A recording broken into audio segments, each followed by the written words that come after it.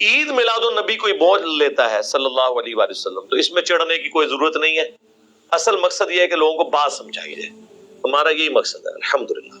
اچھا اس حوالے سے بعض لوگ یہ پوچھتے ہیں کہ میلاد کے اوپر اگر کوئی گھر میں کھانا بھیج دیتا ہے، بھئی جو کھانا لے کے آئے اس سے پوچھیں کس کے نام کی نیاز ہے.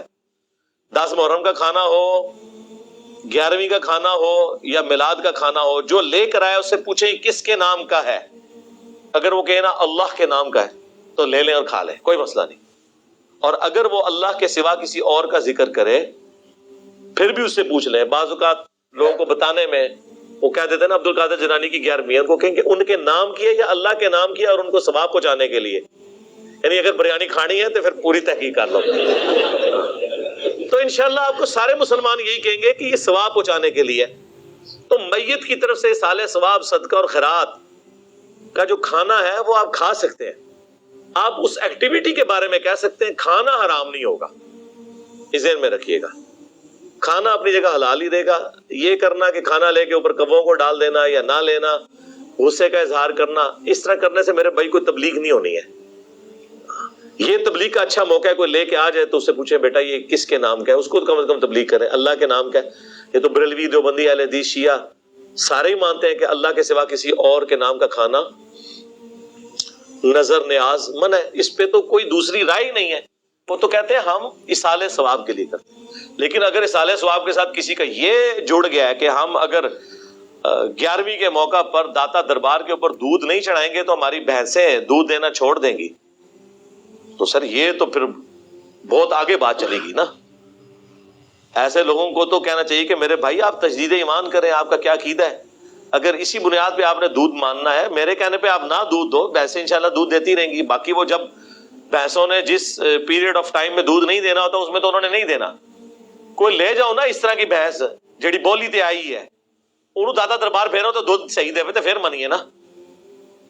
آپ جائیں آسٹریلیا میں دیکھیں، نیوزی لینڈ میں دیکھیں، ایک شکل کی بکریاں، ایک شکل کی گائیں یوٹیوب پہ ویڈیوز رکھی ہوئی ہیں، کتنا دودھ دے رہی ہیں. آپ کے سارے بزرگ مل کے بھی ایک بھینس سے اتنا دودھ نہیں نکال سکتے جتنا وہ نکال رہے ہیں. تو انہوں نے کیوں نہیں بزرگ مانتے؟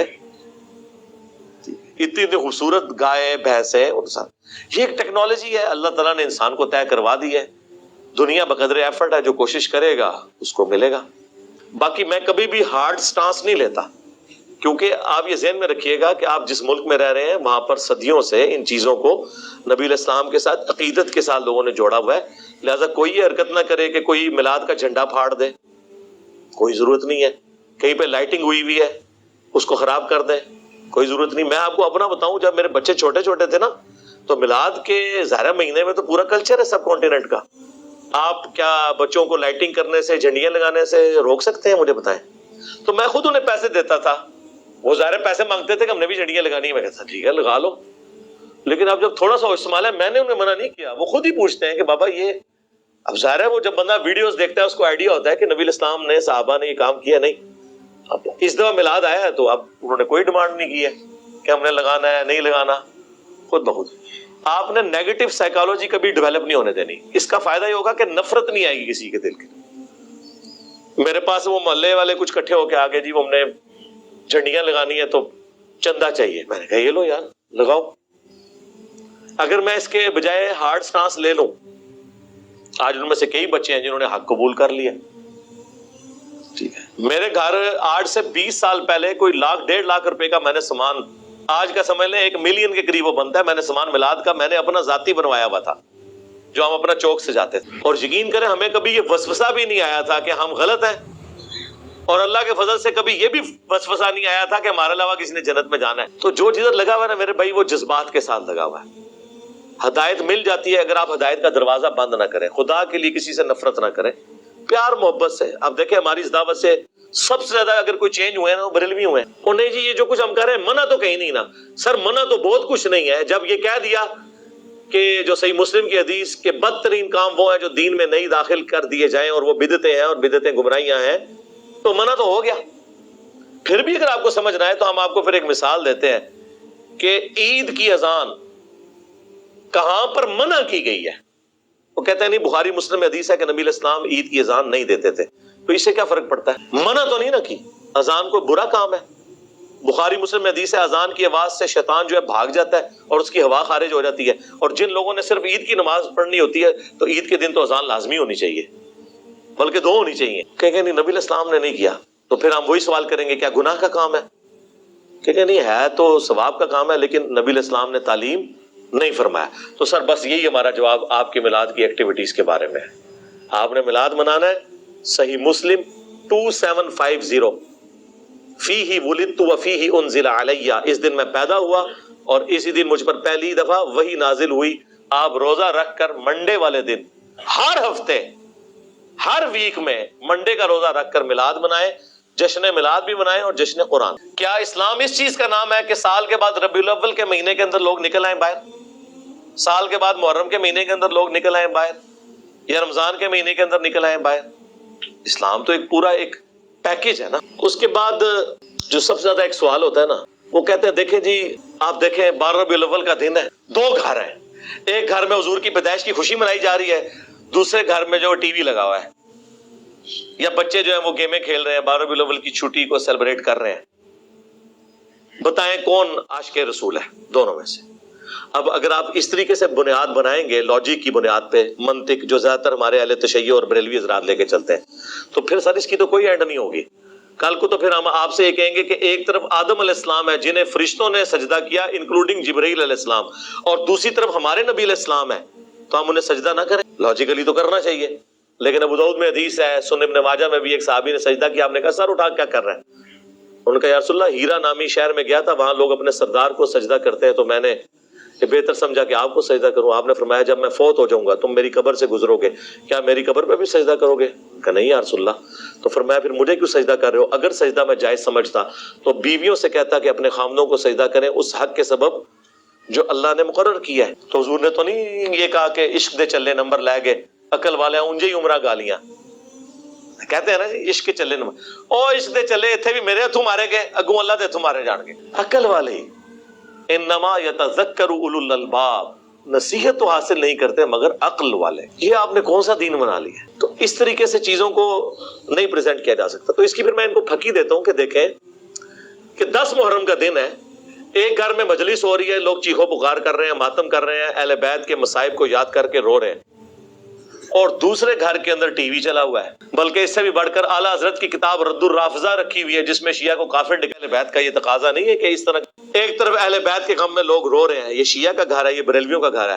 اب بتاؤ کہ عاشق اہل بیت کون ہے؟ تو کہیں گے نہیں عشق اہل بیت کا یہ تقاضا نہیں ہے کہ اس طرح کی بدعت کی جائے.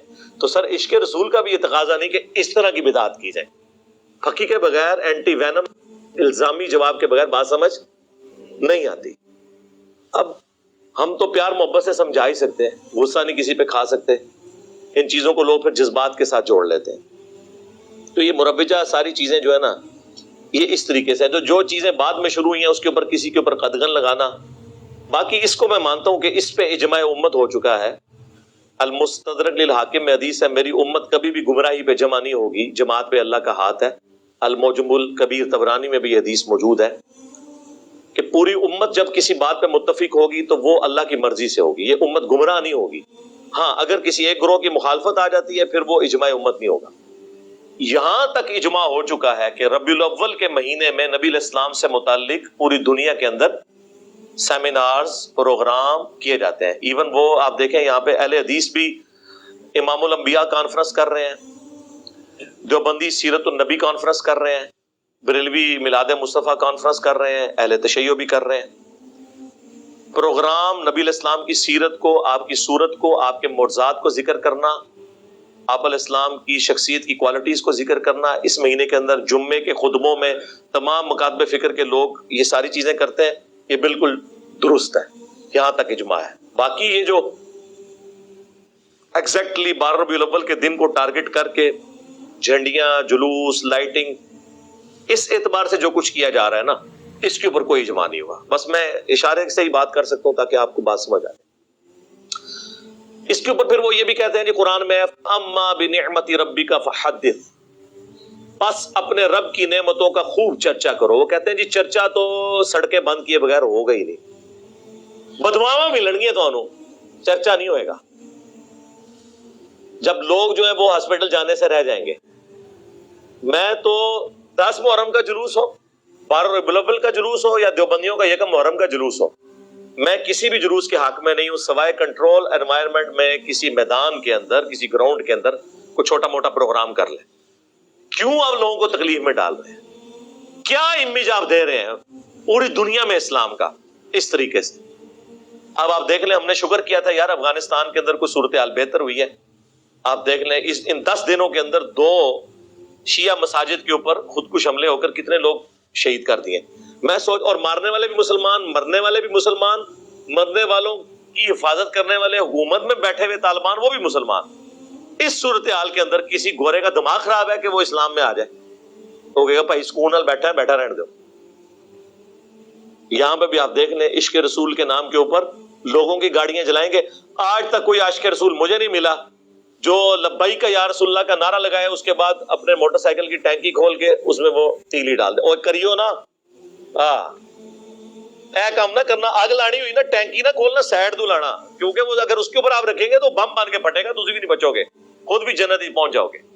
اپنی گاڑی اور اپنے موٹر بائک کو تو جلا کے آج تک کسی نے عشق رسول کا اظہار نہیں کیا۔ لوگوں کی گاڑیاں، اے ٹی ایم مشینیں توڑ کے اس سے عشق رسول کا اظہار کر۔